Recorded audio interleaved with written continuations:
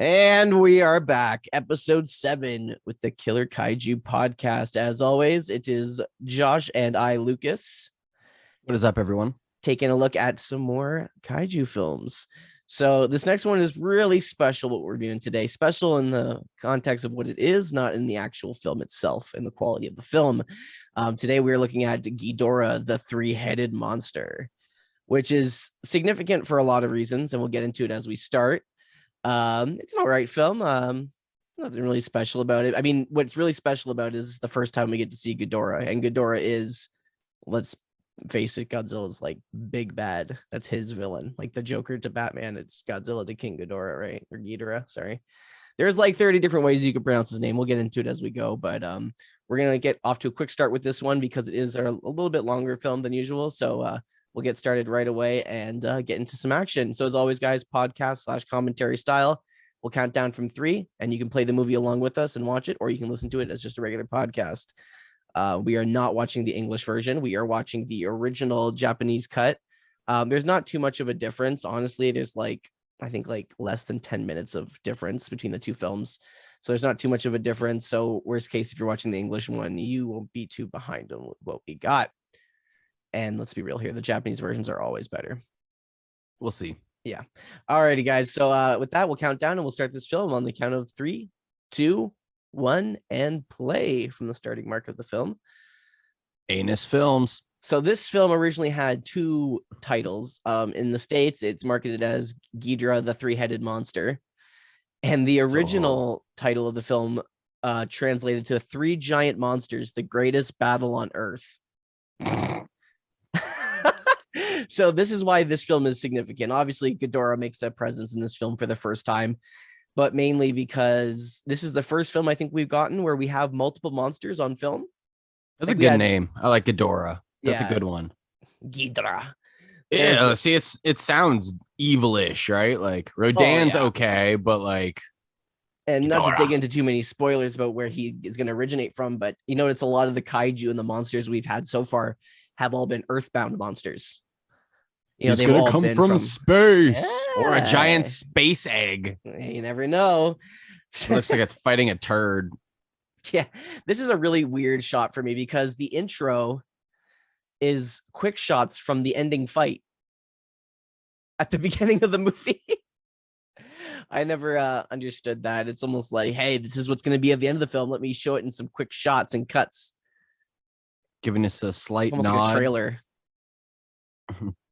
This is what you're prepared for. Watch an hour, and then this will happen finally. Right? Like, who goes to a movie, and then in the first segment of the film, they show you the trailer for the film. They're like, just in case you want to know what happens, this is what's going to happen, guys. Okay, here's the film. It's maybe not to that extent. It's quick cuts showing little glimpses of the kaiju. It's not like they're giving any plot detail, but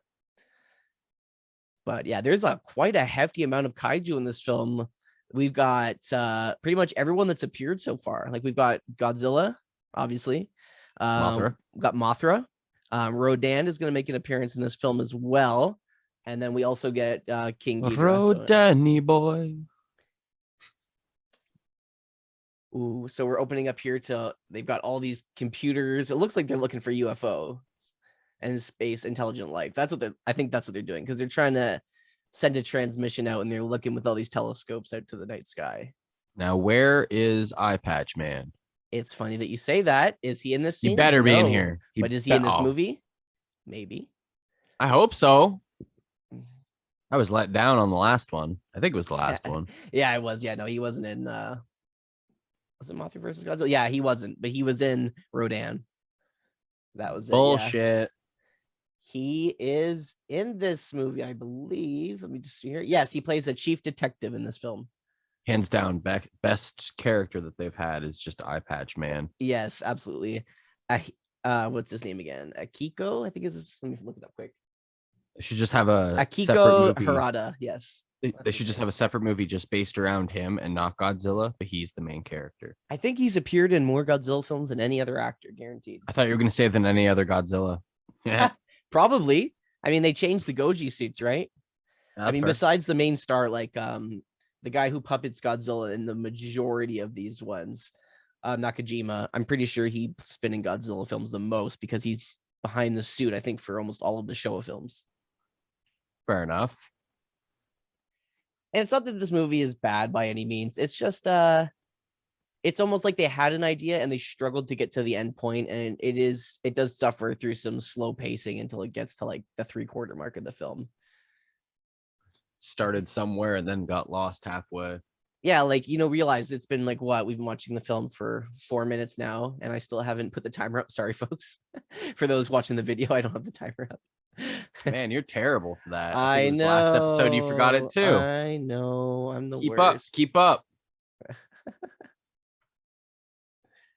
There it goes. It's back on track there now. But with this film, it's like I said, it's bad by any means. It just suffers from some slow pacing, and but the ending really pays off, and they use a lot of flimsy plot devices to try and jog the film. It's hit and miss. It's got some good moments though. This film is the catalyst to say, here is Ghidorah. This is how badass he is. Now get ready for this guy to be the biggest pain in the ass of this giant lizard for the next, 10 some odd films. Pretty much for the rest of his history, because Ghidorah comes back for the Heisei and the Millennium Era, and then as well for the new movies. He comes back as the main villain for the new Legendary films that just came out. So here we're seeing all these stars falling meteorites. We have such a long way to go. I know. Every time they I swear they're like, hey, see that sky? Look at that meteor dropping. Foreshadow. Hey, look at that sky. You see another star falling? Foreshadow. Hey, you think this creature's going to come from space where they're all looking? Maybe. Yep. Oh, who's that? The detective chief. No eye patch, though. He needs the eye patch on the other eye. Yeah, he's sporting some hefty, fresh brown wear, though. He's got like I was going to say, I like his suit. Yeah, his brown suit there. He's got a nice blazer jacket. It's fresh. I think it's funny. So basically what they're saying now is there's this civilization outside of where they are, and their princess basically has an assassination plot on her.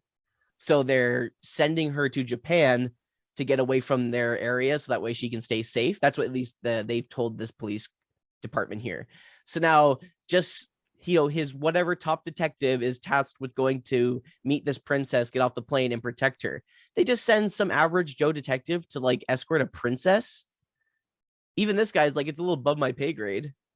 Yeah, because it is. So here's the shot of the plane here where the princess and all her people of royalty are on it. You can tell they're like real royalty. Look at this get up, Shakespearean neck puffs and everything. It's funny. The first couple times I watched this film, obviously, especially when I was younger, I just thought these were the aliens because they dress so differently. I honestly wouldn't have even been surprised, or either that or like they're in the circus or something. Yeah, like just something that's not like it seems like a little too goofy. Like I thought that they weren't being serious, but they are. Like, look at this guy. Basically Pennywise. This guy's like, whoa, hey, get out of here. Leave this place at once. No. Does this princess here look familiar to you? Is she the girl that's like plays the small Mothra? No. I don't think she's been in any other Godzilla films yet, but she has been in other big films if you're familiar with them. You'll get a better shot when she's not all up in her royal getup later. And we'll see again. Oh. Rise. She goes like a little cross-eyed there. Just ever so slightly. It's a great shot of just the light shining through. So clearly something's up with her. Oh yeah, she's weird. She's tripping. She just got up and dipped. And doors open. Where are you gonna go on a plane?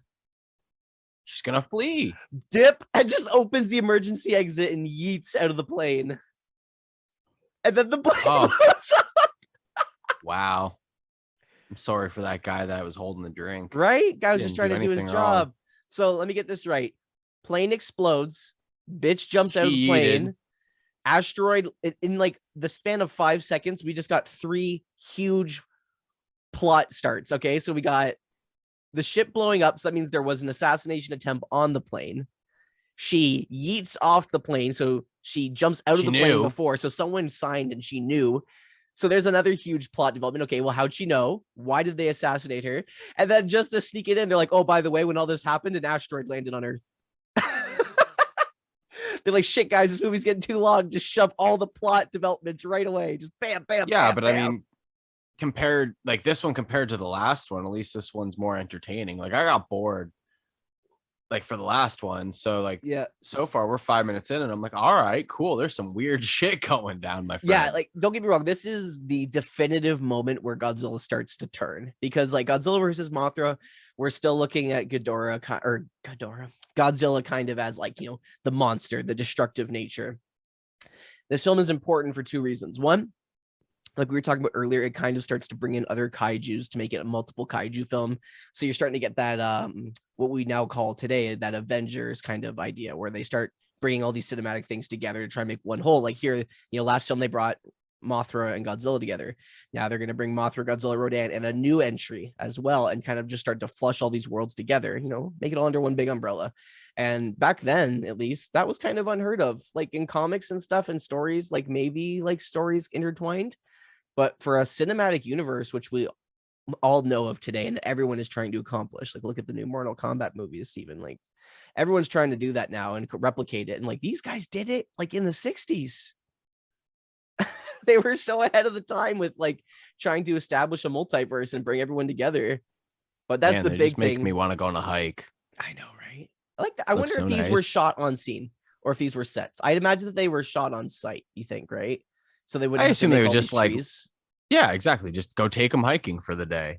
Yeah. Japan's beautiful, right? Like there is a Especially the lot of shaky really cam. nice Right stuff. now, the cam, you can tell with the remastered version we're watching here, it's the camera's really shaky when they're doing the hiking shots. So it's almost like they didn't have proper stabilization. So it means they're probably shooting on site. Probably like have made some tracks and then just like ran the camera up. And because the ground's not even. Yeah. And there's not too many moving shots. It's a lot of sitting panning shots. That's how you can tell as well. Because it is really hard, especially in the 60s. Because now you just, lay down a track and the camera flies along the track there and it Also, if you phases look everything out. behind him and look at the tree to the left, you can see the branches moving from the wind. Oh yeah. Oh, good eye. There you go. See? So that's how we know we're shooting on site there. That's good eye. And the shots are really gorgeous. Like, look at that. Like, that actually looks pretty damn good. Yeah, but like look at all that grass. It's actually like blowing, right? So Yeah. there's some wind there. They're just chilling. I love how they're like, there it is. And they do a really quick pan shot where they zoom in really fast on what's in front of them. It's just like a little quarry. So you can't tell if anything's there. And then they have the prop set shot of the asteroid sitting in there. Like Hey, it's a good cut. peanut. It's a good way to hide it. You ever seen Joe Dirt? Yes. Yeah. Oh, yeah. It looks like the meteorite that he found. Maybe He was just like eating fries off the turd, and he's like, "Yeah, this is a big old shit from a plane." See, talking about multiverse things crossing over. What if that's a crossover for this movie? Joe Dirt. That'd Like be great. look at like Daredevil, right? Daredevil. So Like the original one, like with the Evanescence soundtrack. no, like I'm talking about like even like earlier, like comic book origin Daredevil. You just know of Daredevil though, right? Yeah, like I know of him. Yeah. So in the original Daredevil comics, how he becomes who he is there's a truck and it's driving and he goes to save a woman and push her out of the way. And the truck swerves and chemicals come off the back of the truck and these canisters, it's a red truck, and they fall and they spill the chemicals into his eyes, which caused him to go blind. Now, Yep. in the Teenage Mutant Ninja Turtles comics, the originals, when it shows them how they become radioactive, it shows them crawling in this ooze of liquid that came out of a spilled container.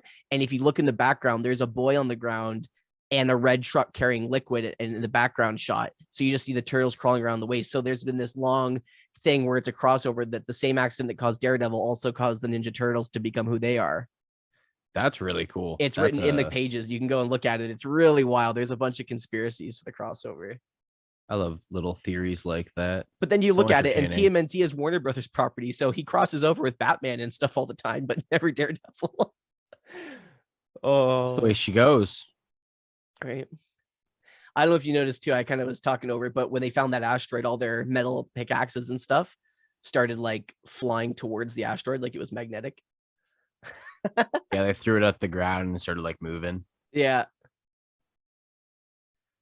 The prophet. It's Josh. It's Josh. I am your prophet. Hello. I am a fellow Canadian. Trust me. Trust me. Oh, here we go. So now we get this shot of this woman, and I've heard numerous references about this. This woman is just standing on the corner, speaking, like talking like a prophet, like speaking all these things that are going to happen and all this. And everyone's just gathered around, like 100 people are probably gathered around, like talking to her and seeing what she has to say. It's like, are there not a lot of insane, crazy people who preach on corners in Japan? Because we got a lot of that here.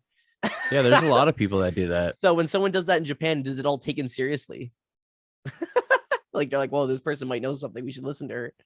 I feel like they just are respectful, so they want to hear you out. Yeah. You're like, oh, okay, cool. Here we go. You're insane, but you make sense. Notice how they haven't shown her face yet. Yeah. She just says she's from outer space. But you're Japanese, aren't you? I come from Venus. And then it just does that. Then zoom in on her face. It's Is like, that in Africa? Venus. Idiot, it's a planet. Is that in Africa? Jesus. It would have been better if she was like, it would have been amazing if she was like, I'm from Uranus. And it's funny, in the English dub, they say Mars instead of Venus. And I wonder if that's because Mars is somewhat actually habitable, like people could live on it. Venus is full of toxic gas. It's not even livable. Like you can't even get on the surface of that planet. Like it would have made more sense to say Mars, but I almost like that it's Venus because it makes it more not based dramatic and like like maybe, exactly. Maybe whatever she really is, maybe not this person, maybe whatever she really is, she can like breathe in that toxic chemical and gas. I wonder what kind of life was on that planet.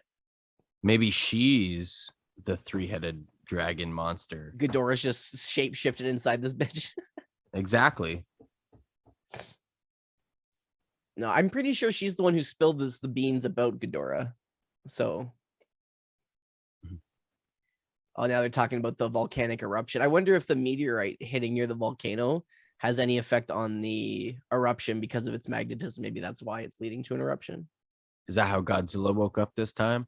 Well, what's the last one was Mothra versus Godzilla, right? How does he go down at the end of that one? It was they web him up to death and then he gets isolated in the webbing, right? Yes. And then and then he goes in the water. It's water or ground. Home. I forget how it is. But either way, Godzilla's subdued somehow. So he can really come back in any way he wants to in this one. Like they've really tried to keep like the continuity with Godzilla up at this point. Like, in the first one, he dies. And then in the second one, there's like a new species, and then he's frozen in the ice at the end of that one. And then in King Kong versus Godzilla, he breaks out of the ice. And then at the end of King Kong, he like swims away. And then during the storm, he's swept up into the Earth's debris and he rises from the ground in the mud because he was asleep. Like they try. That one's a little bit of a stretch. He's just tired. Yeah. Leave the sleepy boy alone. The guy just wants to nap. I relate. That's where I feel bad. I'm like, man, I want to nap too. Let's just stop watching this movie and go nap right now. That's it, guys. So we're going to take a 20-minute 10-minute nap. 20 minutes of silence and we'll come back and we'll finish. Every 20 minutes. 20 minutes of movie, 20-minute nap. I don't know what's in the background there, but it's this little like straw wooden horse looking thing, and I really want it. It was in the background, like it's like sitting on the table back there. Also, in the last one, I believe we were dealing with a guy and a lover, right? We're the main characters, or like just the two bickering people. In this one, we've got a brother and sister. So the brother and then who are secretly lovers. She just leans over him to turn it on. Told you. Oh, there's a cool shot. It pans to what's on the TV there. We had that in the first Godzilla, but so I don't know if you recall in Mothra versus Godzilla. Do you remember when they were being used as like entertainment on TV and they were pissed about it? Or that was Mothra, sorry, in the first Mothra. Yeah, Mothra. Yeah. And it was like such a travesty and they didn't want to be used for all that and all that jazz.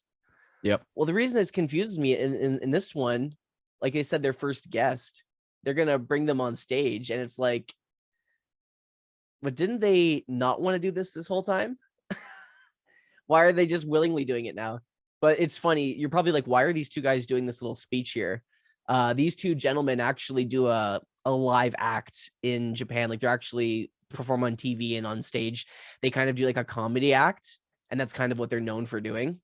So it was kind of like a nice little like cultural homage to bring them on in this movie because it was obviously popular over there. Yeah, So bringing on the homies. Wait, don't meet Mothra. yeah, they're like, you can meet anyone you want. And they're like, Mothra. And they're like, well, I don't know if we can do that. And they're like, you liar. Liar. You sound like a You sound like a politician. He's not wrong. Here we go. Oh no. Okay, but do you know what I mean? Like, look at the production value of this. They're flying in again, like the chariot, but now they're on a carpet.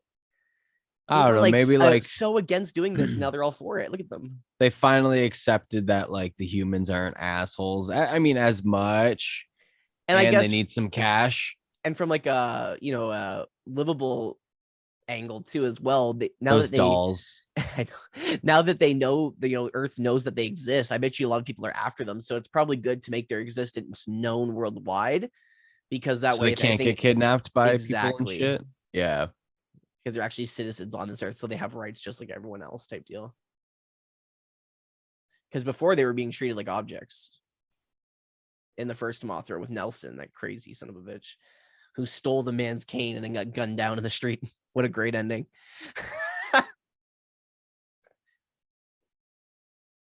Yeah, we want to see Mothra. Yeah, they want to see Mothra. What kid wouldn't want to see a giant monster? Mothra.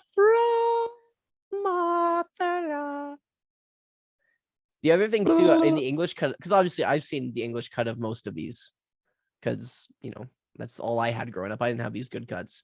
The dubbing on the twins, the Shobijin, they do the one girl's voice like a little bit after the other one, which is fine, but almost too much, and you can't understand anything they're saying. So like you need subtitles regardless.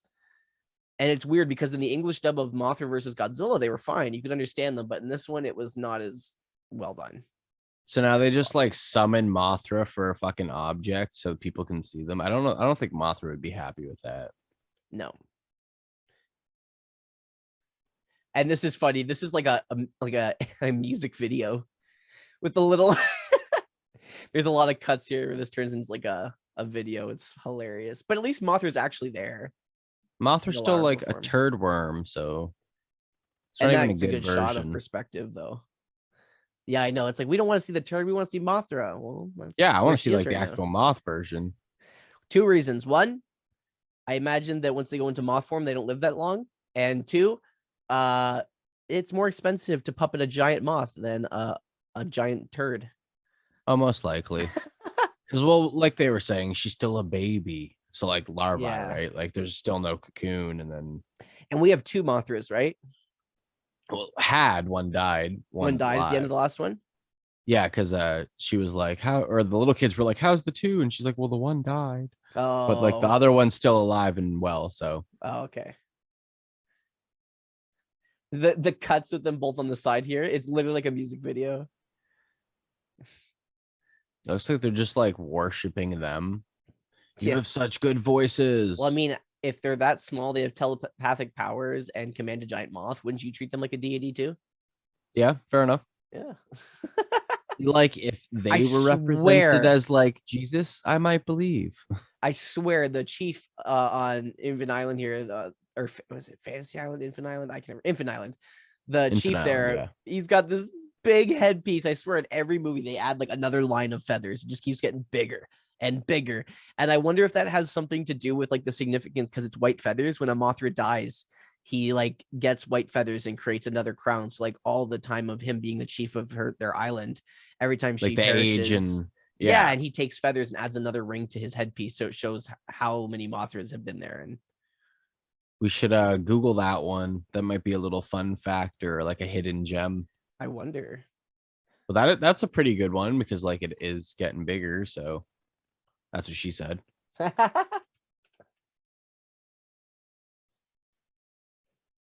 No, that's we'd have to like contact someone on the movie to ask questions about that. That's going to be hard to dig up. This guy literally is Pennywise when he was human. Like this guy right here. That's so funny. Pennywise if he was human. But now they know, so they plan to kill her. It was them. It was within the politics of that place. They wanted to have her killed so she couldn't become queen, I guess. Probably. Also because like she was from Venus or whatnot, so they might know that something's up, you know. Might not I don't think she's from Venus. I think that she's being hypnotized by somebody and telling her she's from Venus because she's really the princess. So like, yeah. So like the other person's from Venus. Okay, yeah. I don't know why I was like, yeah, I'm still not. She's from Venus. We're gonna have to watch through a bit just to get a final answer, but I'm pretty sure she is the princess. And then when she was hypnotized in the plane by someone from Venus, like from the space, and now she's kind of being the vessel for the people from Venus. So she's acting as if she is the person from Venus, but her body and, you know, her vessel is from Earth. Or it could be completely wrong. Or it could be an alien bitch and they wanted to kill her because they're like, yo, this bitch is from another planet. We can't trust her. That's what I'm saying. So Superman bullshit. Now they can't find her too. She's gone missing. But at this point, the woman's just said she's from Venus, so everyone's going to be after her. Because the ransom would be crazy over price for anyone who wants to kidnap her and then get, you know, severance pay for it or whatever, like trade.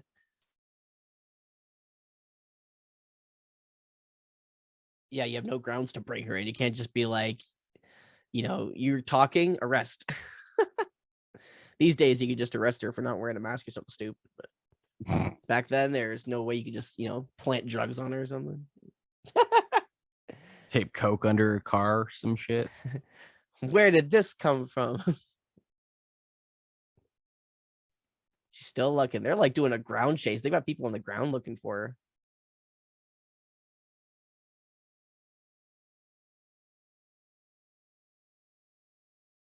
her. You're not gonna find her. You can keep trying. I don't know if I like the brother and sister lead roles. Like, it's nice, but I think especially coming from someone who doesn't like, you know, I just have a brother. Like, I never had that brother sister relationship, so I can't relate to it like that. That's because you're an asshole. I guess. I don't know. I just find the lovers more interesting. It adds another angle, but there's also a lot going on in this movie. So I think if they threw a lover relationship into this, it might be a little overkill. And also kind of switch it up a bit, right? Like every movie has had one yet. Yeah, and so at least this is kind of like a Hardy Boys kind of like we're cute and it's you know just simple and innocent, as in like you don't have to have any backstory, you don't have to have any issues, hate in between the parent or whatever. Yeah, and especially in the next one too, there's, in my opinion, probably one of the best romances put on Godzilla film is in the next one. I really enjoy it, and it's a very main focus of the film. So I feel like if they had that in this one too, it would take away from that in the next one.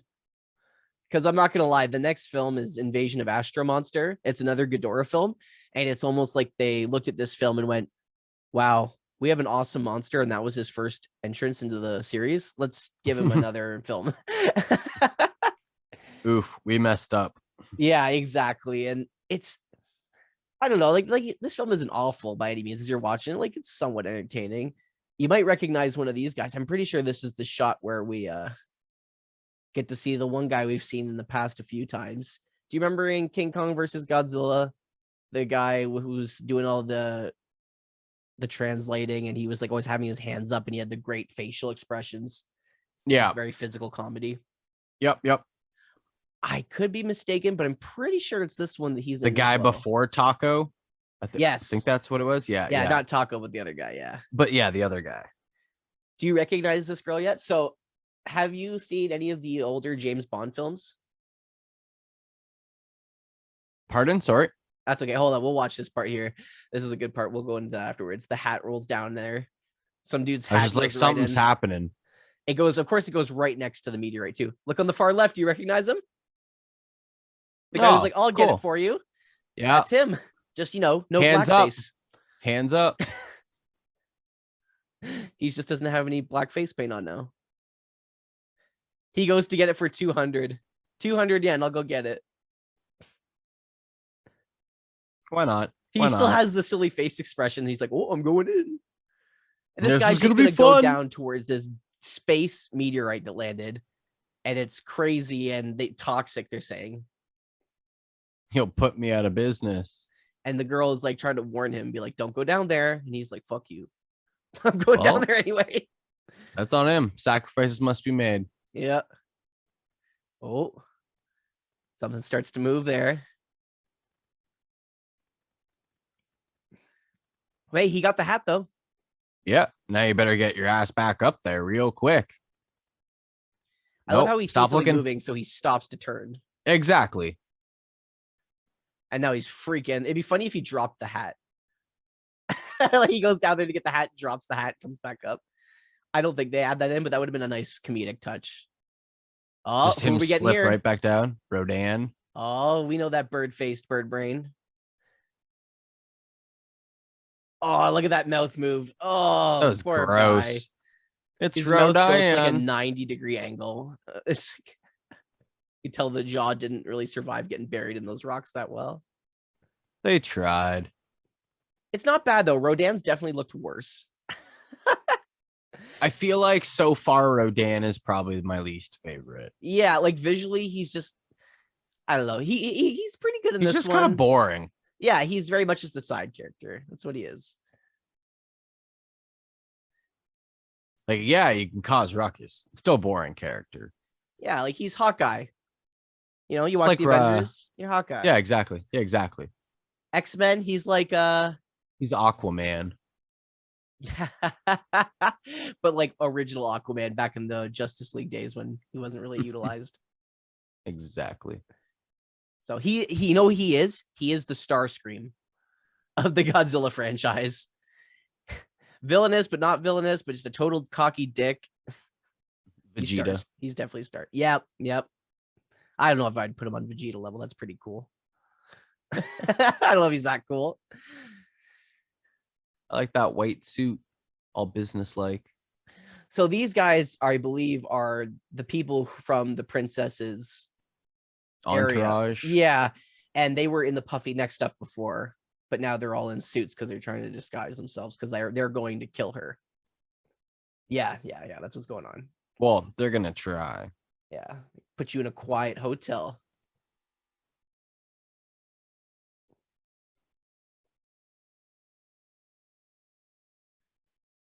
And the police are all looking for her, so it's going to be hard. They're too busy to bother with her. Well, maybe now with Rodan on the loose. Climbers and sightseers have been forced to stay away. Yeah, because some idiot went down there to rescue a hat. I wonder if Rodan would have emerged if he wouldn't have went down to get the hat. I also find it very coincidental that it landed right beside Rodan, and that's what woke him up. Well, they got to do what they got to do. They got to come up with some way to wake his ass up. The hat just so happened to be it. Yeah. No more magnetism. So if there's no more magnetism, they're like, should we go? Well, no. Man, I would just like, you should just move to Canada at this point. Get away from all the kaijus. Yeah, that's what I was saying. Like, they're always wanting to move to Japan. Like, no, I'm out, man. I want to move to Japan too, but mostly just for toys and like Yu-Gi-Oh cards and stuff. Yeah. Priorities.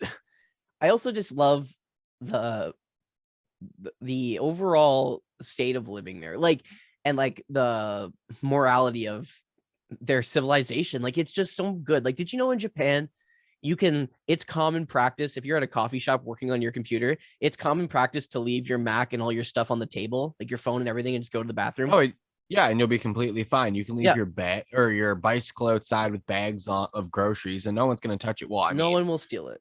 It's for rare. the most part. Yes, it's depending super rare. On what though. area Yeah, you're in. If you're in like a low income place where like kids are desperate and they need food, or like people need food, you know what I mean? Like, it's different. They might get a couple things lifted off you here and there, or you might get ripped off or something. But like not to the extent of people just doing it for personal gain.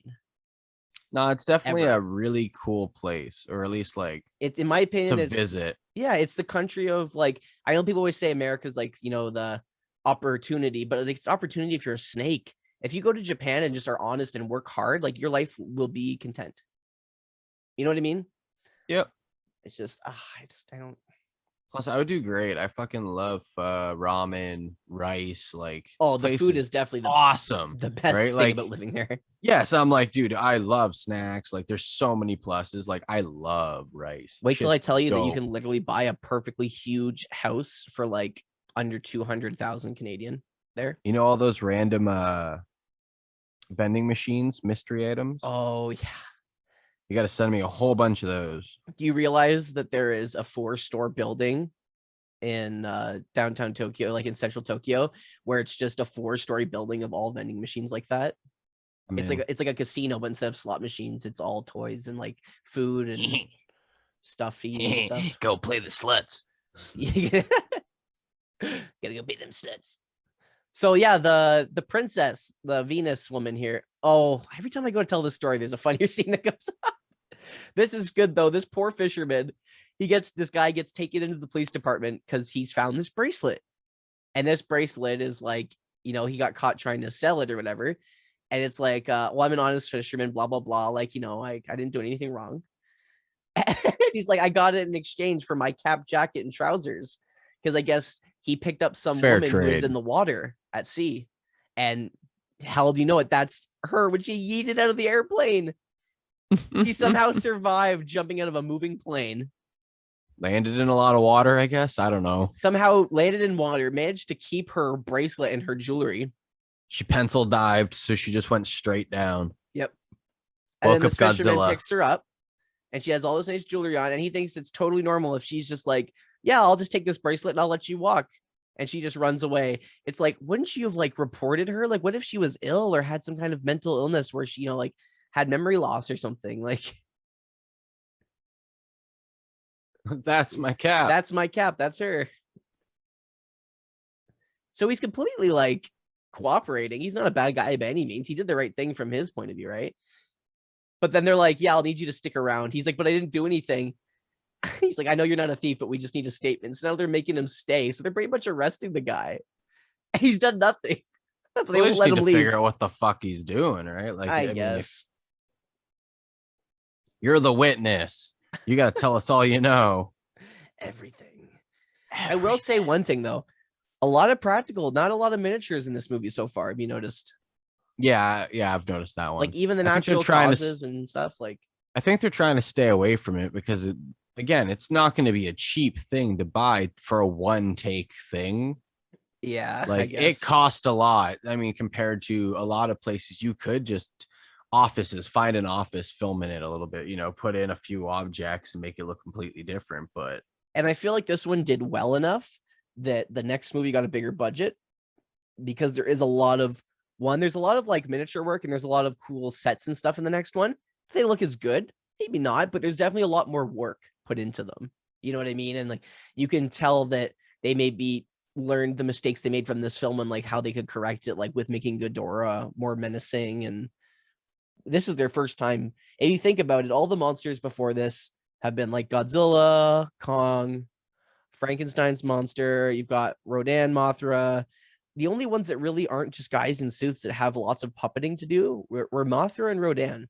And when Rodan flew, he was often still a suit or they just had the wings. They didn't really animate much. And Mothra, they just animated the head and the wings. But with Ghidorah, it was a huge challenge because you have something that's the biggest monster they've put to screen yet. Ghidorah doesn't have arms. So the guy in the suit literally had to cross his arms and kind of stay stabilized like that. While then other puppeteers puppeted each head individually. And then they had to puppet wings and a tail. So there's a lot of work to go into it. And I feel like the way they puppeted him in this movie was like they were just kind of learning. And then in the next one, it's a lot more polished and like more intact with what they were going to do. I feel like every movie since like we've started them, like we're 7 in now, they're slightly gotten better and better and better. Like we started at black and white where you can hide a lot of those imperfections. Yeah. To now where there's not very many imperfections. Like the costumes actually look pretty dope. Like Rodan, that one jaw so far. Okay, That was we're it. what, like 40 minutes in, and there's been one little thing that I've been like, eh. But Yeah. so far, the costumes have looked pretty good. The work's been pretty good. I'm surprised. Like, I'm happy they didn't have the heads on like string and they were just like moving them around, like a puppet. Yeah. So this is this new thing They're I want to. trying. Yeah, and it's perfect to bring this up too. Like the fact that you say they get better and better every time. Oh, here you see the Shobijin. They were hiding behind the bag. Even in the blue or green screen, because there was some there with the bag movement. Yeah. You saw a little blue, little. I mean, like 2%, where the last 2 or 3 films with these little women, you can see it. And you know what too? It's like these are remastered too. Like, these are digitally enhanced. Like, can you imagine the original resolution? Like, that would have been unnoticeable. It would have been so clean. Like, oh yeah, exactly. The directors themselves looking back at the footage didn't see it like this. So they're like, yeah, it looks great. And even with the up-res, it still looks good. Like these on VHS would probably be like pretty interesting. There's this little dolphins. And then Godzilla. I never understood that shot. Like, he's hunting the dolphins. I just never. He's looking for a snack, I guess. But it's just like, why the dolphins? They have a reason for him to pop up. This is the first Godzilla shot of the movie. I think also that's because that would be a miniature, right? So yeah, one of the first miniatures that we've seen thus far, like that and the plane at the end, at the beginning. Yes, that was about that one. That was it. Oh, so now we've got Rodan. He's emerged. We've got Godzilla. We've got Mothra, and we still got this giant meteorite thing chilling here. So we're still gonna figure out what this is yet, and then we still have Ghidorah to see yet. So we'll get there.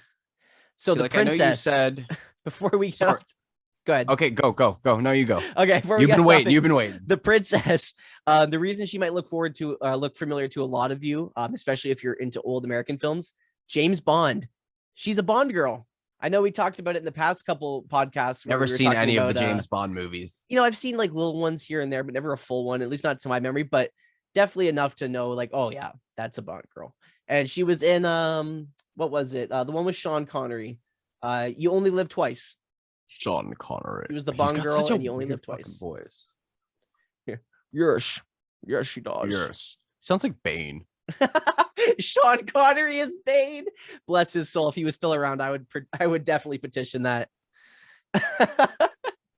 Yeah, I could see it. But who is the dude that played Bane? Tom Hardy? Tom Hardy in Dark Knight Rises. Yeah, he played him, yeah.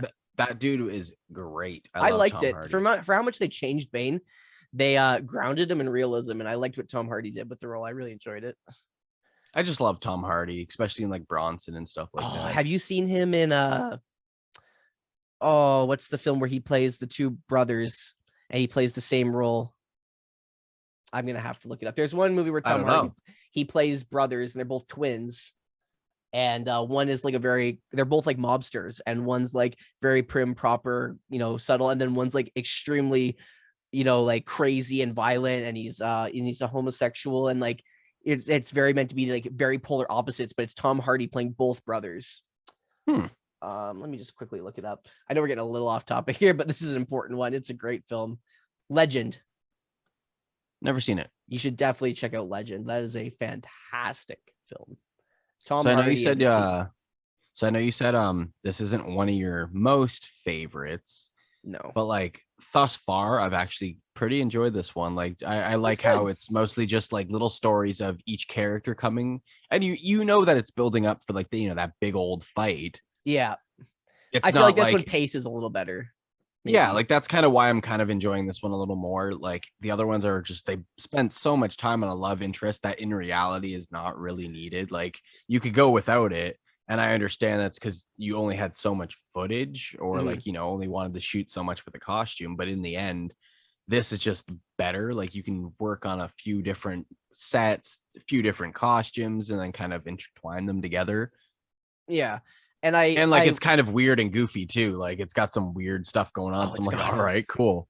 I guess I have to kind of go back on what I said then earlier when I was like, the pacing is bad. It's not the pacing of the film per se, but it's the pacing of the story. Like the film keeps going and it's good, and like all, like you said, the introductions and fleshing out all the characters' backstories and everything, that's great. But I feel like because I've seen the movie and I know how it ends, what it builds up to in the end, I feel like they could have been building to that, and instead they build off all these side stories.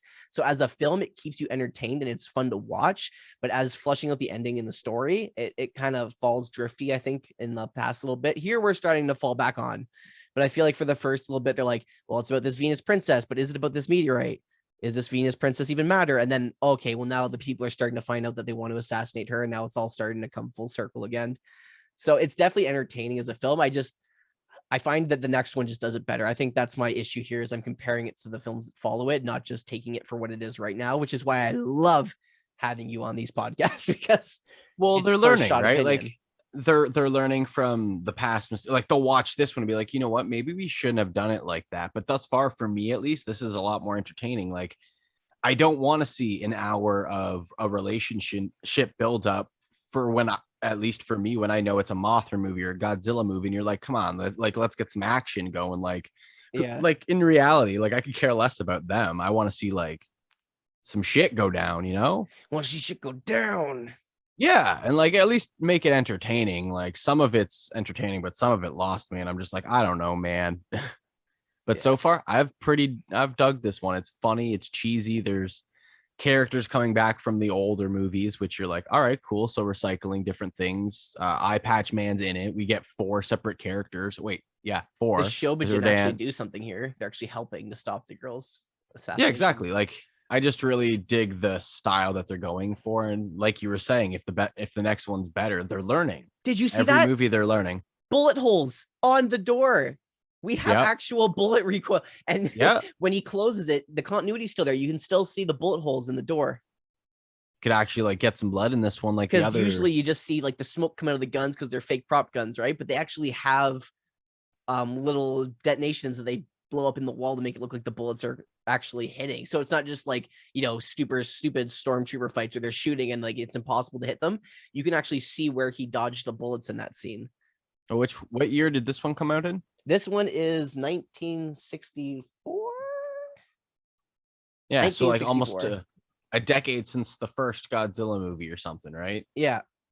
So like that's a long time for technology to actually like adapt and come out more. Like I think we're just gonna keep getting more of that, right? Like yeah, they might get cheesier down the line, but and some people are with it and some people are against it. I am one of those people where I think the day Godzilla started getting cheesy, in the sense of after it got serious, like Godzilla gets cheesy a couple films after this, and then it gets serious in the Heisei series. And when the Heisei series comes to an end and they start doing the Millennium movies, there's this element of CGI heavy effects that they start doing.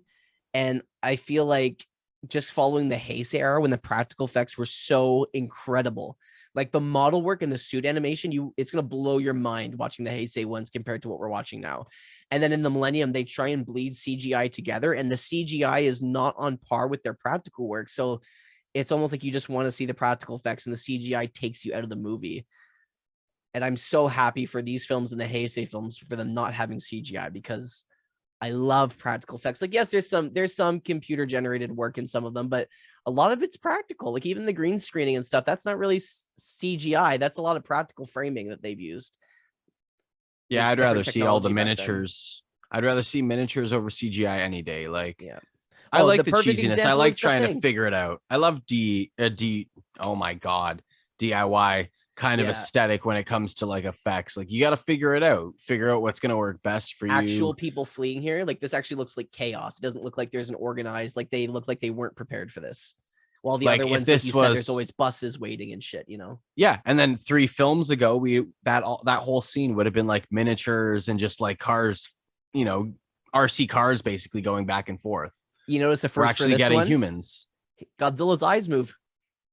Oh, do they? Watch. You notice right there, he looked left and right. So his eyeballs actually move on this suit. It's the first time his eyeballs move. Now I just want to see if the back horns or whatever, if they move and they jiggle when he dorsal walks. fins. They probably will, because the dorsal fins were mainly made to hide his zipper.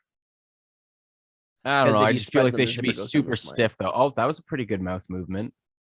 Yeah. Yeah, and this one doesn't look as derpy. Like the No. eyes actually look like they're on center. Like the other ones were kind of sideways a little bit, so they looked like he was looking sideways instead of like straight. Yeah, there's a couple things like the Goji suits definitely get better, but the one thing I don't like about this Godzilla, I'm pretty sure it's this one. This is the first one where because in the last one, if you remember Mothra versus Godzilla, the head caught on fire. Yep. And they had to make a new suit. And when they made that head, I don't know if they forgot it or if it was a last minute change, but you may have noticed they I'm pretty sure it's this one. They took his ears away. He doesn't have ears anymore. It makes him more reptilian. Which I don't like. I like it when he looked animalistic and he had like ears. But in this one, yeah, his face looks shorter. And for the longest time, I thought it's because they just made his face shorter, but it's because they took off the ears on top, so it makes his head look a little shorter. I didn't even notice.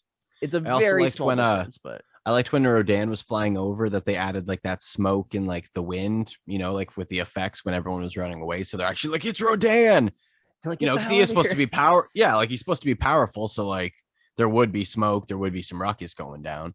Yeah, and I love Rodan. Rodan's the underdog. Like Rodan and Anguirus are like the underdogs of the Godzilla series. Because they're the two that fought Godzilla and then kind of fell to his like bowed down to him and went, yeah, you're the king. Okay, I'll work with you, and I find Anguirus gets his time to shine because he is like Godzilla's buddy. Like they're friends in later films. Like they talk. They're homies. There's scenes where they talk to each other. It gets really stupid. But hey, what's up, Dave? Rodan's always like, he's always like the bad guy, or he's kind of like the good guy that, he's the asshole, but he's like our asshole type deal. And they never really exactly. They've never really given him his moment to be destructive. Like the original Rodan, like the amount of destruction he causes in that is off the chain. Like people seem to forget that Rodan, like, because these movies very much become about monsters fighting monsters and not about monsters wrecking cities. Right. And when you take Rodan into that picture, him against other monsters, he's not a very high tier monster. He's just a flying dinosaur. You know what I mean? And exactly. So it's really hard for him to become such a devastating role. So he kind of feels like a side hack later in the other films. But where he shines is where he destroys humanity. The guy just flies over a city and levels it. And I think that's best shown in like the newer Godzilla movies, like you'll see in the Heisei series, he comes back. And in the newest Legendary, the King of the Monsters Godzilla, the new ones, they have in King of the Monsters, it's Godzilla, Rodan, Mothra, and King Ghidorah. It's literally this film. And just this Rodan Venus is girl so good. Sorry to cut you off. This That's Venus okay. girl makes me think of Superman. Like in the first original movie with like those three weird space people. Oh yeah, like General Zod and yes. It's just like they make me like the way that she talks and like acts. I'm like, is she part of the them? Emotionless kind of? And I will say one thing: she is a fantastic actress. If you notice, like in the first scene, she was very happy and very like princess like, and then ever since that scene, she's just been dead, stared like this. Yeah, she'd make a great wrestler. Just turn the gimmick on like that. Her whole like gimmick in wrestling can be she's the wrestling star from Venus. Yeah, exactly. Eliminated everyone on Mars. She's from space and is coming to Earth for you next. just go to sleep now. Shut up. Yeah. Well, I imagine they're probably amazed with her right now because this is someone who's saying they're from not our planet, right? So I'd probably have nightmares. She's crazy and there's something to learn from her, or there's something scientific we can learn. Also, I love the way the tail moves in this on Godzilla. Right? Like I feel like the suit is so far the best one. Like even like the teeth look dorky, but I like it. Like even that shot, Rodan knocking his ass over. There's a lot of funny shots from this movie, though. The monster fighting, like I'm pretty sure Godzilla gets sacked at some point. There's a really funny scene where Rodan's like, the only way to say it is going at Godzilla from behind. And it looks so bad. He's like, what are you doing back there? Stop. Like at this point, this like Japan itself is fucked. It's got like every major thing that's happened thus far all at once. Now, here's a funny thing. This is a fun segment I thought we'd start doing at like the 3/4 mark right before the big finale. I want to ask you, Josh, what do you think? You obviously know Rotten Tomatoes, right? That's like the website everyone goes to for whatever. What do you think, without looking, the Rotten Tomatoes score is for this movie? Like a 6, maybe 6.5. Really? You think is that too low? high? I mean, yeah, it's Rotten Tomatoes definitely does movies for their time. So when they review it from other movies at the time. So they're not going to compare it to a movie today. Oh, okay. Because like I wasn't too sure if they would like review it like super low compared to like some of the movies that they review. So like, here, just to put it into preference, the Godzilla versus Godzilla versus Mothra, the last one we watched. Is that? Oh no, that's the newest one. Hold on, let me find the old one here. I will find the old one. I'm gonna tell you what the older Godzilla movies got in reference to this one. Also, now we get this asteroid finally hatching here. I like the lighting effects they do here. It's like a fireworks display. It's wild. Literally just the sizzlers they have going off like crazy. Boom. This is the coolest thing ever. See fire explosion. The fire shapes like into a shape. Explosion. The fire explodes into a fire shape in the sky. I don't know what they did to make this shot. And then the fire forms into Ghidorah. It's I feel the like coolest it's like fucking shot. It's like paintings or art. It's such a badass shot. How that's the first appearance of Ghidorah. And it has the fade to black outro and everything. Like you're like, yeah, you need a second to just what's coming in. And now they're definitely fucked. See, that's what I'm saying. Like you got Ghidorah, Godzilla, Rodan, and Mothra coming. So like it's just craziness. So the original Gojira, Japanese version, had a 93% on Rotten Tomatoes. Oh, damn. So that's the original. And that's like, obviously. Raids Again. This one surprised me. Raids Again, the second one in black and white, had a 60%. That film was horrendous. I don't even like that film. I guess it's because it's his second outing, maybe. I don't know. And then we get what's the next one? Then we had King Kong versus Godzilla. And that one probably didn't do that great, honestly. Let me find it here. Do. Okay, here we go. So, wow, really? Oh, see, even Ghidorah's got the hurricane winds ripping stuff off the buildings here. Basically, if you have wings at this point, you're causing some ruckus. Yeah, pretty much. You're so oversized that it's a lot of power. Yeah, you guys should leave. Come to Canada. Wow. So the last movie we got, Mothra versus Godzilla. Yeah. 92%. Oh. On Rotten Tomatoes. So that being said, at the last one, what do you think this one got? 99. You're going that high with this one? I mean, you like it. So this one's got a 99. 75% tomato meter. Well, fuck them. And a 59% audience score. 75 isn't bad at all. No. The only movies that are really bad that have really bad scores are honestly a lot of the Millennium Godzilla movies, like the newer ones, and one of the Heisei films. Do you think there's any perfect Godzilla films, though? Do you think any Godzilla movie has 100%? No. You don't think so? No. What if I told you there was one? Would you be surprised? I question it. So I'll give you a hint. It's you won't know it, but it is my personal favorite Godzilla movie, and it is 100%. So most of the movies all hover around like 70%, and then if they're good, they hover around the 90 mark, or if they're bad, they go down to 20 and 40. That's usually how the Godzilla movies go. However, if you look at the final, what was supposed to be the final film in Godzilla history, because we have this Showa era, and then we have the Heisei series, which they brought back Godzilla for like the 80s and 90s, essentially. That's about that time period. And they were going to end Godzilla with Godzilla versus Destroya in 1995. And that movie has 100% tomato score. Damn. And it has a 96% audience score. So when do we get to that one? That one's about 7, it's about 10 movies away. Damn, boy. But like that is the definitive best Godzilla film. And like it was meant to be the going out of Godzilla. Like that was supposed to be the last Godzilla film ever.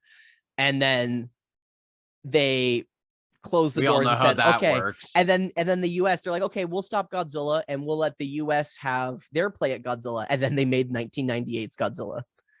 And that's with Matthew like Broderick. And that's like the pooey one, right? Yeah, like the worst one. And Toho was so embarrassed by that film, they immediately went into production and started up a new series, and they had to bring Godzilla back. And then that's why they did the Millennium series. They didn't even want to. They only did it because they knew if they let it go, this movie would have destroyed Godzilla as a franchise. Maybe secretly that's why they did it. You know, let's make the shittiest Godzilla movie just to make them be like, we can do better. Well, I'll tell you why that one did so bad. It's because Jurassic Park Lost World, the second Jurassic Park movie, you know, where the dinosaur comes to Jurassic Park is with the raptors, dope. And when the dinosaur comes to the city and all that. That movie had just come out, and the actor wanted to compete with that at the box office. So they kind of turned Godzilla into a Jurassic Park movie with the raptors and everything, and like it ruined it. And that's what the movie he wanted to make. So well, that's crap, but Jurassic Park is awesome. And it's not to say the 98 film is a bad film. It's just a bad Godzilla movie. Compared to all the, you know, other good ones. Like that Godzilla gets hurt by missiles and gunfire. It eats fish. It doesn't feed off radioactive energy. It doesn't breathe fire. It's useless. Like it's small. It walks like on all fours almost. It was very too much different from Godzilla. That was its issue. Just not what everyone was happy. It builds up to be a really good Godzilla film, and then they show you the monster, and it goes into some other territory, and you're not feeling it. You're not prepared for it. No, but yeah. So Godzilla vs. Destoroyah has 100% on Rotten Tomatoes. That's pretty damn impressive. The fact that one has more of a rating than the original. It's great. That is surprising. It's the one Godzilla movie that made me cry. I actually cried watching that movie. It gets you hard. It's a phenomenal film. So I'm very excited to get to that one. That'll be a good one. So now we're at the scene where they're sitting in the box and they're telling us that Mothra can't even defeat God. Oh my God. I can't even talk today, my friend. It's not my day. Yeah, that's okay. But like crazy because like they believe that Mothra was going to be the most powerful, or, you know, at least for them. Yeah. Now they're saying Mothra could fuck up Godzilla. So they're going to say that Godzilla, Rodan, and Mothra have to join forces to beat King Ghidorah. Teamwork. I like it. It's wholesome. Which I think is funny because that brings this whole aspect to this movie, which we'll see in a bit too, where like Godzilla and Rodan are like, you know, the two kids who live on the street who are like meh, meh, meh, meh, meh, and like meh, meh, meh, meh, and like they fight and they don't want to be friends, and then Mothra's like, we got to get along. It's like the sister and the two brothers. I love this scene. Okay, so they're having the meeting right now about how to stop the monsters, and then halfway through the meeting, wind starts blowing everything outside the door, and like the doors fly open and everything starts going crazy. Not in any Godzilla film other than that moment right there is there ever a scene when they're discussing how to deal with the monsters, and because they're taking too long, the monster starts attacking them while they're doing it. It's always like, it feels so out of place. They're like, yes, this monster's attacking, but we're perfectly safe. There's never any tension. And I like it. They always try and do it so it looks like they're like so far away, but they're not. No, Ghidorah's like right on them now. And there's a couple scenes like in other ones too, where like you see the destruction and then like you're like this, and it like pans in and you see like you know, like a sign for the building, and it says like, oh, Department of Defense, and then it goes underground and you can see that they're like trapped underground. Like that's some cool shit, but you never see the monsters interrupt a meeting ever. I like that scene a lot. Also, this one's got a lot of speed. This one's got a lot of speed and power, man. So they're just like blasting three heads. Like there's a lot of ruckus going on right now. Yeah. Oh man, Ghidorah is just such a cool creature. That's unbelievable. I imagine too, when they created Ghidorah, they originally wanted to make it like a Hydra, like have more than 3 heads. Like it was supposed to have like, I think like 8 heads or something like that, or 10 heads. They should have did like a water one, a fire one. Yeah, and I think they went with just doing the 3 heads because like, and I'm glad they did because they had enough trouble puppeting the 3 heads.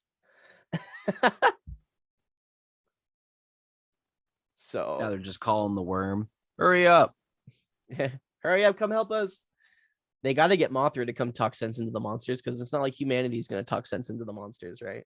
Nah, overall, this tribe is just super greedy and they want the moth to die so he can get a new hat. Like, this one's getting pretty stank ass. So like, you know, you get up, go. Wow. So what is it? The show is that a human? So the original show of King Ghidorah, like in fictional lore, it's supposed to have had a height of over 100 meters and is said to be 48 times that of a human, with his weight of 30,000 metric tons, being the equivalent to 7,500 elephants, and its wingspan equal to 12 and a half airplanes. Jesus. Damn.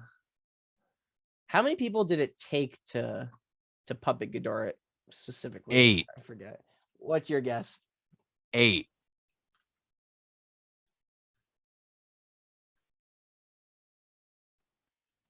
I would say 8. That's probably a good. I feel like these ladies got like a lot of airtime just singing, and they're just like, this was good for our career, you know?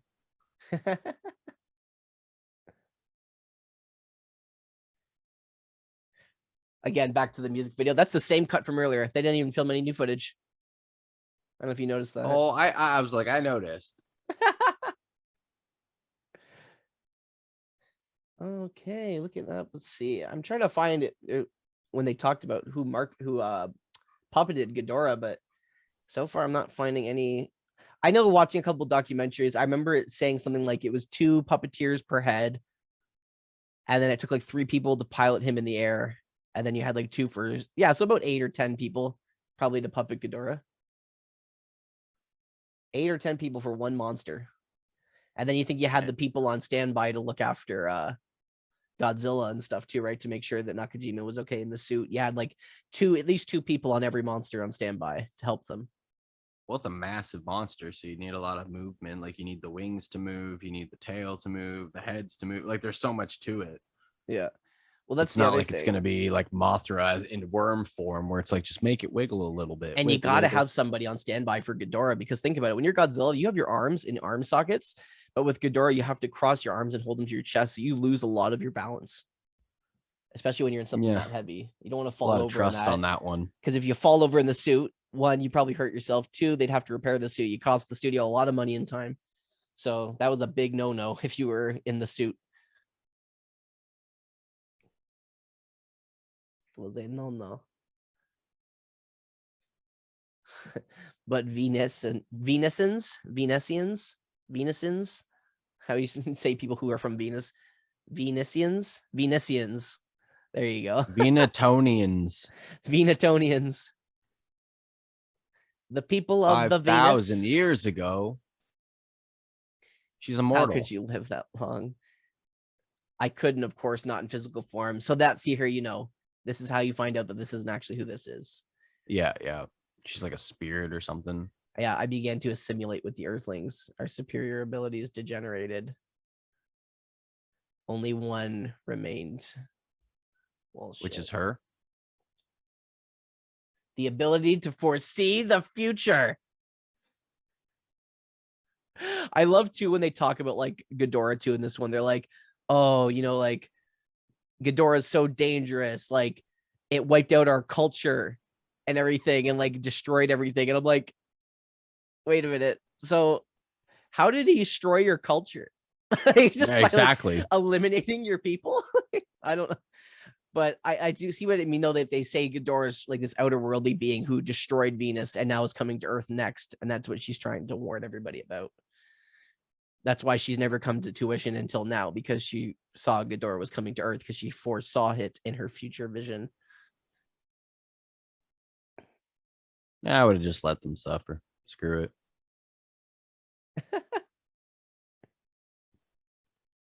Yeah, they're all dipping now. They're like, yo, Godzilla and Rodan, they're getting here. We're getting the fuck out of here.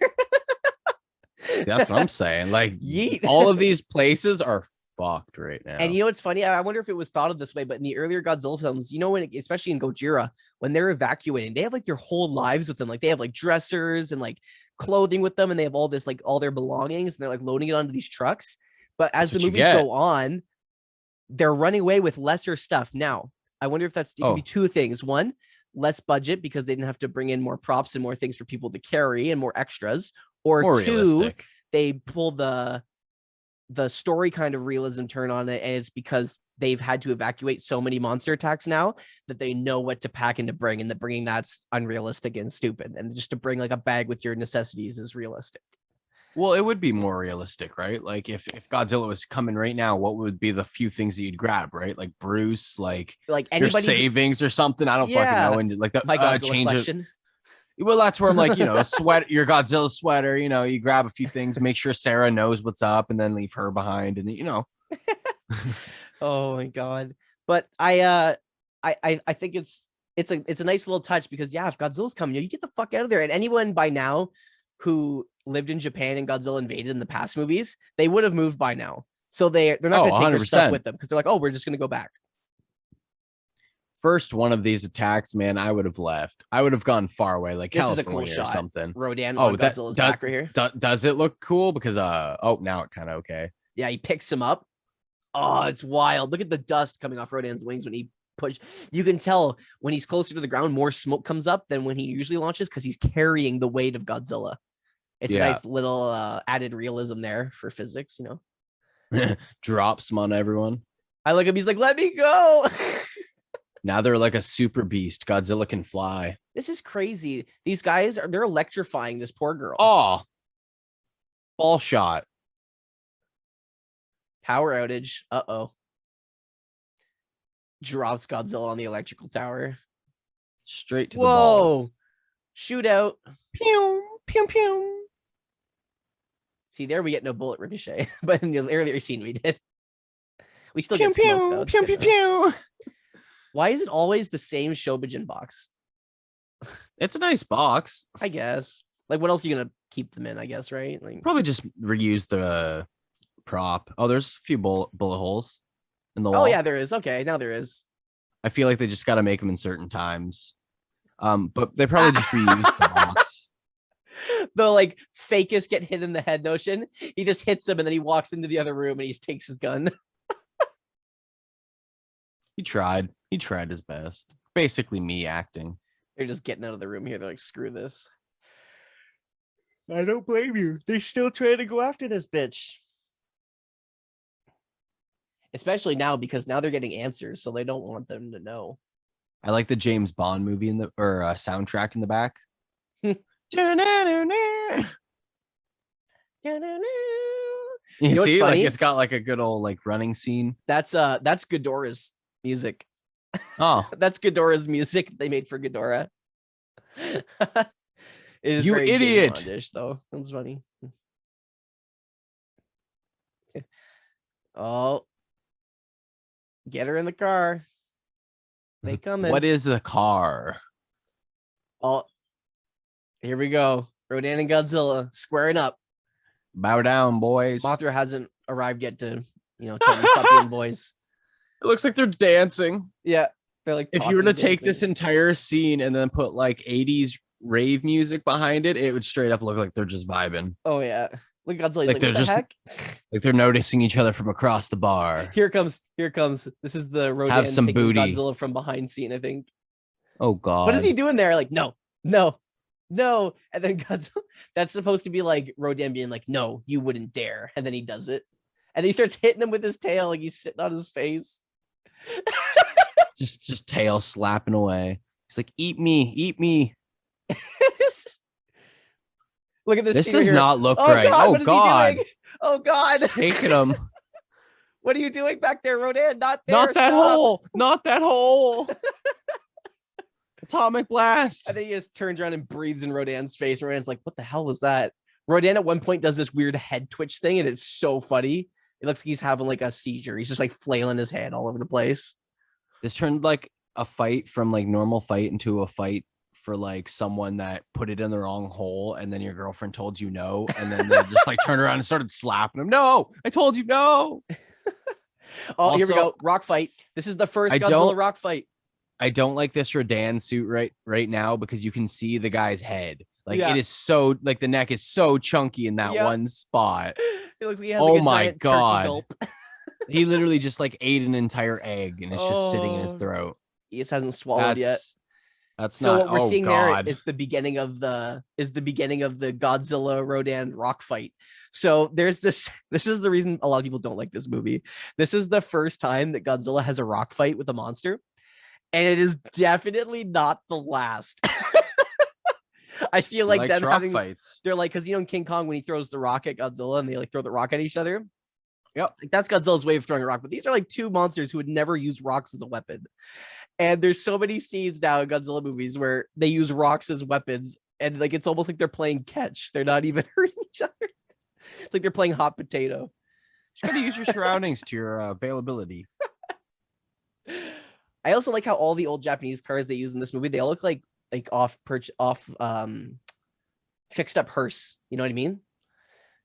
They all look like hearses. It's so funny. And here comes Mothra. Look at Godzilla and Rodan. What are they doing? They're just like dancing. I told you, it looks like, like put some 80s rave music behind this, and it looks like a goth fucking thing going on. They were like, let's get a shot of Rodan going up to check them out, but like they got to be doing something. So guys, just dance around and look stupid. They're like literally having a bully fight. They're like throwing rocks, blowing air at each other. They're just like the two guys, like, yeah, I'll hit you. Yeah, I'll hit you. Oh yeah, you think you're tough? You want to fight me? You want to go? That's literally what they are right now, but they don't actually hit each other. These are two jocks downtown at the bar. Mothra's trying to reason with them, and they're just like, no, fighting. And Mothra's the bartender trying to like separate them, be like, if you're gonna act like this, you got to go outside. Yeah. Now here's the awfulness. Okay, in the English dub, I believe it's this film. In one of the English, I'm pretty sure it's this one. In the English dub, they actually have Godzilla and Rodan and Mothra talking to each other in these gurgled, shitty voices, and it's really awkward. That or there's like speech bubbles or something. But they're then straight up playing volleyball right now. Yeah, they're playing catch the rock, and Mothra's following. This is dumb. See, this is why this movie is not my favorite. It builds up for this. Like this is supposed to be Ghidorah's big ending. Where is Ghidorah? Still, so far, this has been my favorite one. It's funny as hell. Like, this has been great. Here we go. Because Rodan's like, haha, you got sprayed. That stupid neck. You got creamed on. You got sprayed by Mothra. You're in trouble. And he's like, oh shit. Oh shit. Starts spraying. Maced. Look at how wet Rodan's face is at the end, though. It looks like juicy. Ew. Yeah. Like Godzilla just looks like webby, but Rodan looks wet. Like, was it the end of Mothra's like stream and it was just like not fully developed? And it was just like liquid. And then Godzilla does the suck it face. He's like, ugh. Just like I thought he had to shit for a second. He's getting ready to puke. He's like, oh, this tastes like shit. Oh, jeez. Yeah, Rodan does not look good there. I feel like you can tell, got him. I feel like this movie, you can tell a lot that it was all going good, and then at the end they started to run out of money. Yeah, I could see that. Like they spent so much time hiding the monsters. Because like we were talking about, together, lots of extras in this film, not a lot of miniatures. Like they were doing on-site filming. There was a lot of production in this, and then the ending is super low budget and silly. And it's like, did they run out of budget? I still can't get over them just dancing together. Like I want to. Can you make that a meme with just like 80s rave music? You know, like the pug that dances in the laundry basket with the rave lights, and it just exactly that. But with that scene, I do like how the eyes move in this one. I think that was a nice touch to make the eyes move.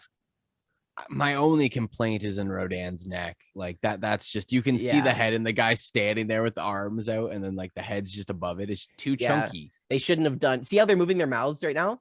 That's because in the original they were talking, but in this one, in the Japanese cut, they have the Shobijin kind of translate what they're saying because they can telepathically understand them. Yeah. Which I like a lot better. In Godzilla versus Gigan, regardless of the cut, they actually talk, and it's really awkward. Like Godzilla talks to Anguirus, and he's like, "Hey there, buddy, are you coming?" And it's like, "Oh my god." Ghidorah literally looks like he'd be in a Ghostbusters movie. Who you gonna call? There's a good miniature shot right there. Look at the bleeding people in the car. Even really well done shot. So these are the guys that are after the princess. They just got the assassins. Well, they deserved it. Yeah, they're just causing ruckus. So now Ghidorah is showing up. This is when shit's about to get a little better. Mothra is saying, "Let bygones be bygones." And then they're like, "No, we're still fighting." I like too at the end of the wings where they've made the wings really thick so the guy can put his hands in to operate the hands too. Like they should have just made the neck thicker, or like the costume bigger slightly, so the neck and the head would actually have space. So it's not. I like have a tapered. feeling that they just reused the old Rodan outfit, and it's someone different in the Rodan outfit, so their Slightly head was chunkier, bigger. dude. Yeah, that's what I Yeah. would think anyway. The costumes are getting older from taking it on and off. They expand. Like Ghidorah looks good here because this is the one and only film Ghidorah has been used in yet. They change Ghidorah in a lot of them. I do like Ghidorah's look in this one. They tend to make Ghidorah less shiny in the newer ones and take away some of the hair to make him look more dragon-like and reptilian, but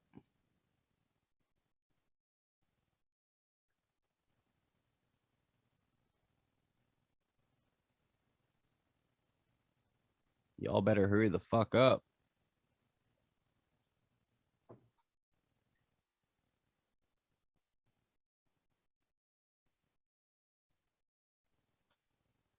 all right.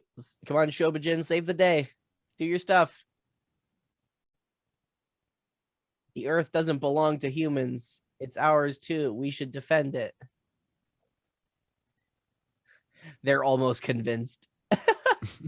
Mothra's like, I'm working with children here, guys. Give me a second.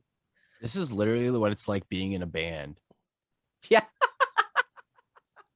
Legitimately. Well, we have to do it this way. Huh? I don't know. No, my way. I don't know, man. My riff's a little better than yours, I think.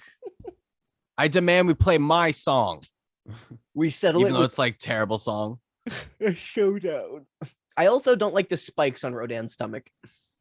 Agreed. From now on, any band arguments are settled with boxing. You just put on some gloves and you go back and spar. And whoever is the superior winner. The big blow up things, or Hulk hands. Just fucking punch real hard and then just watch that thing explode. Just pop. I win. I do like how each head is puppeted by someone different, so it really gets the feeling that each head has a different individual thought. See how they like fighting over which way to go, like how the heads are like kind of all bent over. It could be just because it was hard to puppet, but it also gives it that kind of feel. Oh, like 100%. These creatures each think on their own accord. This isn't one entity. Like these are three. The costume work on that one is really good. Really good. I love when Mothra gets launched. But Mothra gets launched by the electric blast. It's fucking awesome. Now we got to take on this guy. Boom! Just launches into the air. They had her on a spring pad. They probably just had two lines on the middle, and when they zapped, they yanked it and pulled the costume up in the air. I love when Godzilla starts running.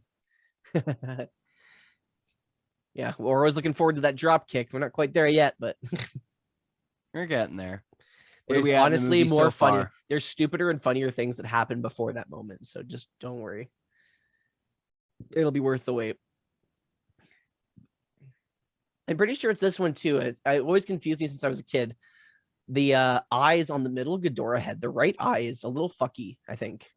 I've always noticed probably that. Broke it or for it just smacking around the other heads. Yeah, like it's a little sunken in more than the other ones, maybe. What time are we at? Well, we're hitting the end now. We've got like 10 minutes left-ish. No, I mean, but like how long have you been watching so far? Oh, right now we're at about the hour and 21 mark. All right, so basically at the hour and 20 is when the actual fight, I guess, against I say starts taking place. Every Godzilla film, like 10-20 minutes ending of the film, like usually the 20 minutes to the end of the film is when it starts, 10 minutes is when it gets good, and then the half an hour mark before the end of the film is when things start to spool up. And then the first hour, so like 30 minutes of fun, hour of setup and storytelling and fan service, because obviously they like to homage to older films and stuff. I like how they're just chasing each other.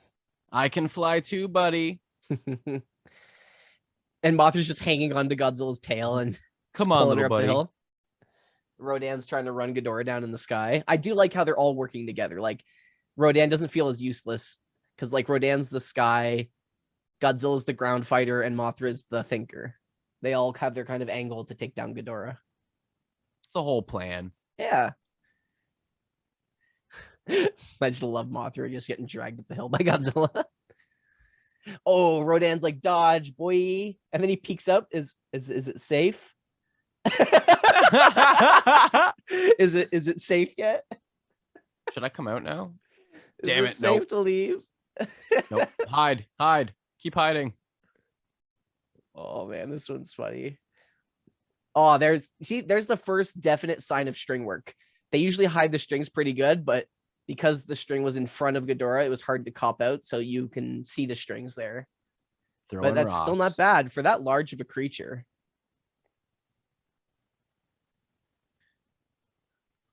I just imagine being the guy who piloted Ghidorah, and he just walks into set to see what he's getting into for the day and looks at that and it's like, you're joking, right?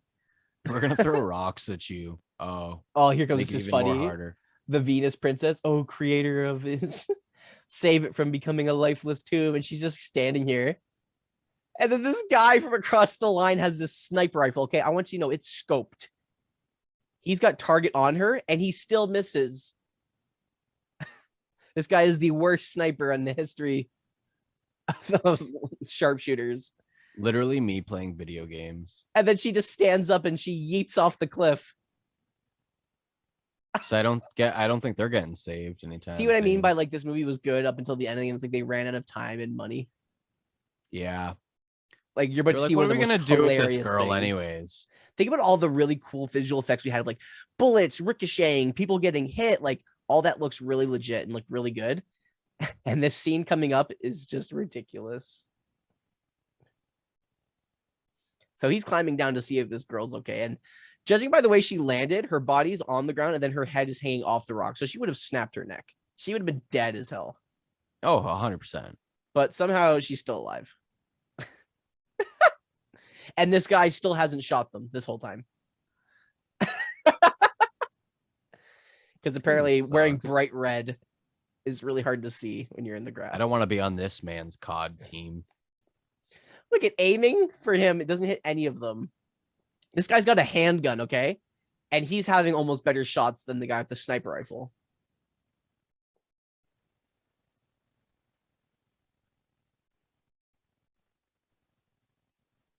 Oh, and now she sees it's the guy from the thing. And she remembers who she is now because she hit her head. So now she's just the princess, not the Venus person anymore. And now she sees that this guy's trying to kill her. All right, here we go. Ready for the king of practical effects from this movie? Watch this. Oh, wait, the arm shot. And wait for it. Oh, no, avalanche. Watch this guy get hit by this rock. Watch this. Watch him. Oh, no. He hugged the rock. The rock falls and he catches the rock and like stops. That was like a dodgeball. And then it's like, oh, this is a rock, and then falls backwards holding the rock. Straight up the dodgeball. Straight up dodgeball. That looks like that was the first shot they got, and they went, okay, we don't want to clean the suit and set everything. That looked good, right? They're like, we'll speed it up in post. And then they didn't. They just left it that way. It's like he was contemplating if he wanted to scream, "You're out." He caught it. Technically, the guy who threw it would be out. That's what I'm saying. So I'm like, it looks for a second he contemplated saying, "You're out." Like and the actor, like, "Oh shit, not the moment." It's like almost like the actor was just supposed to get hit by it and fall, but he caught it instead and then went, "Oh shit," and then fell and jumped backwards. Exactly. He's like, all right, let's just play into this. This guy can catch boulders, but Ghidorah, no. Ghidorah can't catch boulders. The three-headed dragon, forget about it. But this other guy, he can catch rocks, man. Godzilla's little thunder dance. That was hilarious. Yeah. He gets electrified in the belly and the crotch, and he's like, ooh. Get a little feels nice. Rodan was touching me there earlier. Here we go. So now we got Rodan on the back, Godzilla at the front, and they're just literally kicking the crap out of Ghidorah. Ghidorah honestly suffers a worse fate, so. Is getting pig roasted real hard right now. Mothra on the tail. Whoa! Like, see what I mean? In this film, it shows Ghidorah as a force to be reckoned with. Like, strong. Taking on 3 kaiju that have totaled the cities in the last ones. Rodan just likes those behind shots. I relate. Oh, Godzilla just trips and eats shit there. Oh my god. For those who aren't watching this movie is something. Like, if you have any time and you just want to watch this, like, just skip to the last 30 minutes and watch the movie. You won't miss anything. If you're looking for a good time, watch the last 30 minutes of the film. The rest of the film is like still good paced, but it has nothing to do with the end of this film whatsoever.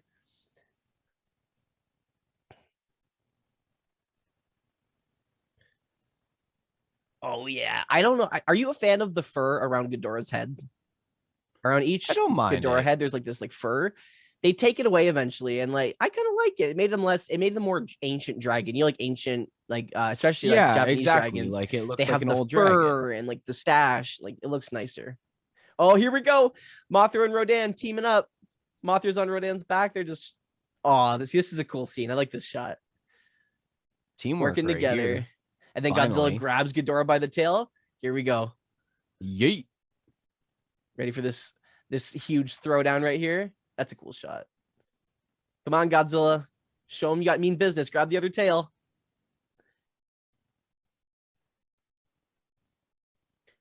Here we go. So Mothra and Rodan are spraying him. Godzilla goes from behind and grabs the tail. I'm pretty sure he suplexes him, just like picks him up and then whips him into the ground. This movie is wild. I always get confused because later on there's a movie called Destroy All Monsters, and it's like all of the monsters. It's like they're true all monsters come together in one movie, and they all fight Ghidorah, and Ghidorah gets his ass handed to him. So I always forget which scenes are from that fight and which scenes are from this one. Because they're both like same, like in a forest, rocky area, and like the same costumes are used. So it's like 3 movies away. It's not very far away. Which ironically was also supposed to be the last Godzilla film. There's at least 5 Godzilla films where they were supposed to be like, yeah, this was the last one. And then it didn't happen. It's usually how it happens. But every time some money off they go out on a bang, like there's always like a good last movie, or there's a good last movie and then they try and push it and they fall flat on their face. Like the way Godzilla should have ended, in my opinion, would have been at Godzilla versus Destoroyah. That 100%, 95. That's when Godzilla should have ended. I like the Millennium Era, and there's some good films out of it, but like, I feel like Godzilla would have done better as a brand if he died then. He wouldn't have been as popular in the US though, because the Millennium movies got North American releases and even theater releases. Well, none of these movies ever had a theater release or like any DVD releases until way, way, way after. Godzilla literally looks like he's having a tantrum right now and just throwing all of his toys. Because even at this moment with this movie launched, like this was still at the time when movies you couldn't buy them at home. Like it was still like TV or you went to the cinema, right? Yeah. We haven't really hit you'd VHS. Have to like pay a few times to go see this and be like, ooh, that, ooh, this. And Ghidorah's like, screw this. I'm getting the hell out of here. So yeah, that's the other one thing that makes this movie. This is the first time Godzilla is seen as like a defender of Earth. Like he's still an asshole and Mothra talks him into it, but this is the first time you see Godzilla actually working for the human race. Yeah, well, I mean, they all live on Earth. If there's no Earth, where are they gonna, like, you know, they're all dying. So yeah, like he did wreck some cities and stuff in this one, but like in the grand scheme of things, he came together to protect Earth. Yeah, they didn't know what was up yet. So, which can better for worse. It brings in some new movie ideas, but for the worst of things, Godzilla should have stayed as more of a destructive character. When he becomes the hero and started the good guy, they get a little silly and they get a bit outlandish. But I like those films for what they are, so I'm glad they went that way. But it definitely strays away from what I like Godzilla as, and that's him being the indestructible, uncontrollable force between bad and good. You know, he's not on anyone's side. He's on the side of life, and he fights for his animal instincts. Thus far, this has been my favorite one. I like the change in how Godzilla was the defender. It had all the characters from the previous movies, which was pretty dope. Like it wasn't having that cheesy ass love story. It didn't even focus on the brother sister stuff very much, or like no. A lot it was of the just in there ones for had to some focus tongue-in-cheek on comedy. Yeah, like a lot of the other ones had to focus on who are they and why are they coming or how are we going to defeat them. This one, they're just like, so we just got to set them up in the right spot, basically, and be like, okay. And then this girl from Venus was just kind of a little side character to add to it. You know what, though? And like, at least this one, you know, it's how every Godzilla movie always ends with the Godzilla fights and then some cheesy wave ending, goodbye to the monsters. This one followed through with its plot. This woman needed to be rescued. She was under mind control. The detective who thought it was too much to handle saved her, and she lived, and he killed her assassinators. And now she's going back to her country to be the queen, and it all worked out. So at least they fell through with the plot they were developing. I just felt like they fell away from the whole him protecting her, which is the ending plot throughout the movie. There was a lot going on, but they held on to what they could for as long as they could. I definitely like the way that they went with this one a little more. And you get to watch them too. The way you're watching them too, right, is like you're watching them as they get better. So like every movie, like even if the story may not be as good, the quality of the film goes up. Yeah. So like, I say that for now. Yeah, but it kind of balances out for now, you know, like, so like there was very minimal miniature work. Like there was very minimal flaws, at least with like costumes. Like there was some pretty good shit going on in that one. Yeah. No, this one's actually pretty good. I like the next one a lot more. So like, I'm actually excited to see what you think of the next one. The next one's pretty good because it's similar story using Ghidorah, but they use Ghidorah not as like this willy-nilly force of nature, but like they also bring Ghidorah in, but not like Ghidorah just coming back to Earth to attack again. There's a reason why Ghidorah is involved, so it's really good for when we watch Invasion of Astro Monster. And as well, like sorry, go ahead. Oh, sorry. My only complaint is how Ghidorah literally just turned around and he was like, you know, I'm just gonna bail. Like, but it makes sense because he knows that he was no match for them. You know what I mean? Yeah. If they killed Ghidorah, they wouldn't be able to bring Ghidorah back for any of the other films, and especially in the next one, it makes a lot of sense. Plus, the next everyone. One, the end.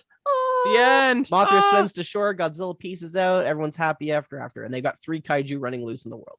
Isn't basically. Great? Yep. But they're all happy. Just leaving them with the homies. So that's it, guys. There you go. That's Ghidorah, the 3-headed monster. If you're watching it along with us, that's where we just ended there. So yeah, Josh, overall, you liked it? Yeah, I like that one. That was a good one. Which is surprising, honestly. Like, full transparency, I thought you weren't gonna like this one. I thought it was gonna be a little slow, and I thought you were gonna like the ending and think it was kind of goofy, but I didn't expect you to actually like the spool up. But I guess it changing and having a different change of pace and story, I guess, helps, right? So yeah, I don't know. I was just more entertained with like the separate little stories happening all at once. Like the last one, honestly, I was just kind of getting bored of it about halfway. And you can tell that, like, even all this time, I was just like, yeah, it's a lot of focus where I'm like, I don't want to focus on the love story. I want to focus on like the creation of the monster, why they're there, what they're gonna do to people, like how, you know. And that 75% so I guess we'll just have to see how it goes. That 75% on Rotten Tomatoes makes sense now, because I personally would have thought it was like a 45. I don't think it was like that great of a film, but it wasn't amazing, but like so far, it was the first movie, like the first Godzilla, and then this one. Yeah. Oh yeah, I would even say that. Like, I like Mothra versus Godzilla for its own reasons. Like, I like the greedy businessmen, and I like that kind of storyline of it. But when it comes down to Mothra is not my favorite kaiju. I think Mothra works good as a side character, not a main frontal force 100%. In these movies. At least until the later films. A sidekick. Yeah, exactly. And I think bringing Ghidorah was a real smart play now, because they brought in all the monsters we know and love to take on this big threat. Regardless of how threatful the monster really was, it made you feel the mass and the scale of this creature, needing all 3 of them to take it down, which are all 3 of these monsters we watched destroy Tokyo pretty much in their own films. Exactly. So how deadly does this creature have to be to need all 3 of them to team up to protect Earth? Well, they won overall, so hell yeah.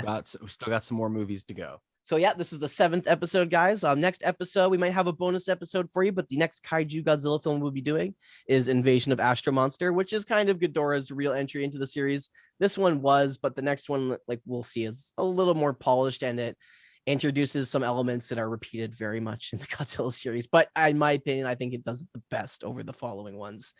And as well, in that one, we have our first American actor in the Japanese version. So we'll have that to look forward to as well. We actually have an American lead in the film. So that kind of changes things up a little bit. It's a little weird. It feels a little out of place, but because of the context of the story, it makes sense. So we'll be excited for that one. Good old Nick Adams. That'll be great. Alrighty, guys. So that has been the 7th episode of the Killer Kaiju podcast. As always, if you have any information or insights to questions we were trying to figure out while watching, you can add us at Twitter at Killer Kaiju Cast, or email us directly at killerkaiju@gmail.com. Always, guys, if you follow us on Instagram. Oh yeah, we have an Instagram now, so you can follow us on Instagram, same at Killer Kaiju Podcast. If you guys have any messages or ideas or films that you want us to talk about or look into, you can always contact us. We share memes. We do share memes. We like all the memes. Alrighty, guys, that has been Ghidorah, the 3-headed monster. Until next time, bye. Stay classy. Bye.